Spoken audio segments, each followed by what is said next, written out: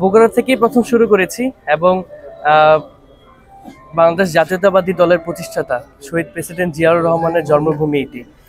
এই এই জন্মভূমিটি প্রত্যেকটি বিএনপি নেতাকর্মীদের জন্য খুবই আবেগঘন এবং গুরুত্বপূর্ণ একটি স্থান।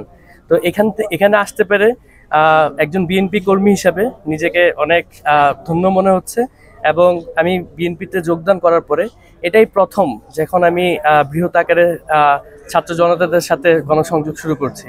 তাই এটি আমার জন্য অনেক গুরুত্বপূর্ণ অধ্যায় হিসেবে আমার জীবনে সবসময় থাকবে।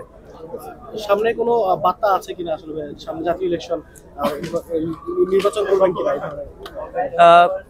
আমি দলের সাথে যখন কথা বলেছি, দল থেকে আমি যে নির্দেশনা পেয়েছি, দল চায় তরুণদেরকে নিয়ে কাজ করার জন্য, তরুণদেরকে একসাথে নিয়ে সামনে আগানোর জন্য, যাতে করে বাংলাদেশের যে ভবিষ্যৎ আছে সেই ভবিষ্যৎটি সুন্দরভাবে পরিবর্তন করতে সক্ষম হয়।